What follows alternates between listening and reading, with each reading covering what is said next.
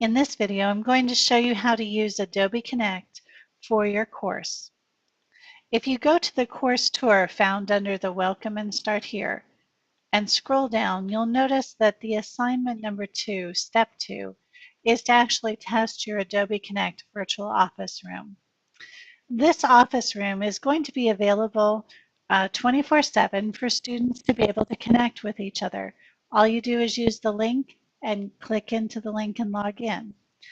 Additionally, your professor is going to use it at least once a week to hold office hours. And this is a great opportunity for you to talk to your professor, ask questions, get some more information. So I encourage you to go. Under the step 2, you'll find a link that says go into the office. This link, connect.asu.edu, is the link that you'll use whenever you want to enter the virtual office room. Simply click on the link and it will go through a process of opening up the room for you. One thing to remember is that it may pause and have you download a quick plugin so that your computer will be able to function correctly. This is especially true if you're doing a laptop computer.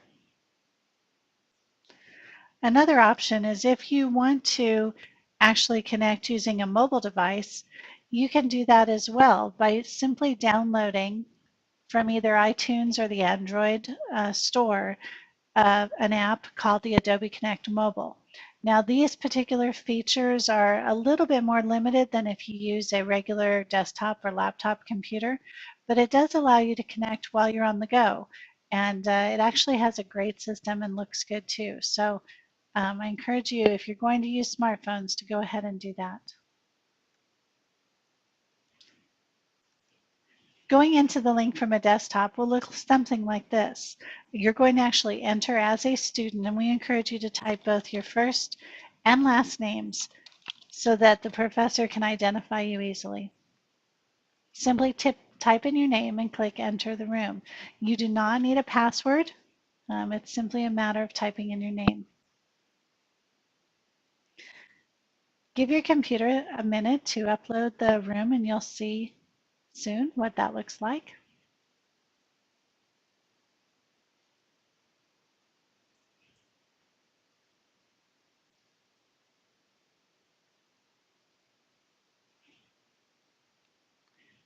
When your room is open, the first thing, for the first time, you're going to see that there's a pop-up window that gives you content information about how to be active in this virtual room. Now what we've done is we've made all students have the rights to be a presenter, so you are able to actually upload content and control some more of the features within the virtual classroom. Please remember that it's just like any other meeting room that you might go into. You're welcome to reorganize, rearrange some of the furniture and use your own content, but please put the furniture back before you leave the room. So in other words, you're going to make it look like how you found it. If you don't want the information, you can simply click the close X box. And now this is what the classroom will actually look like when you first go into it. One thing that we would like to bring your attention to is that if you notice there are a number of people in the attendees box, but no one seems to be talking or paying attention, one thing you can do is ring the doorbell.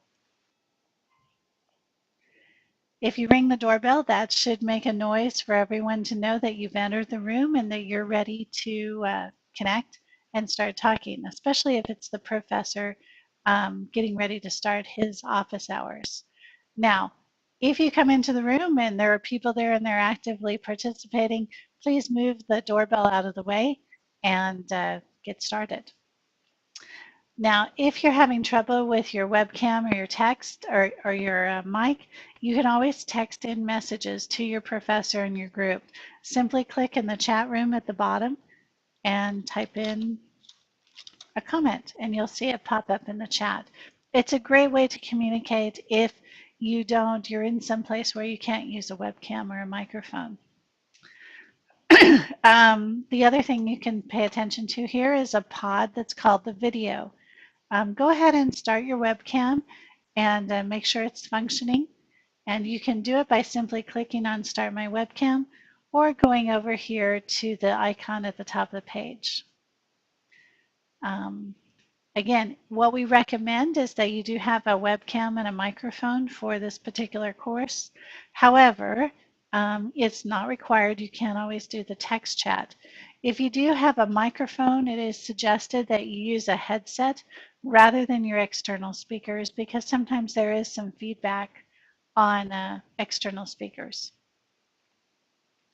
Now, again, there's lots of information that you can go through. There's some tutorials out there on Adobe Connect if you want to get more comfortable with it. There is also a preview video on your course page so that you can become more familiar with how this will work. But for now, please just make sure that you've run the audio setup wizard and gone through the chat.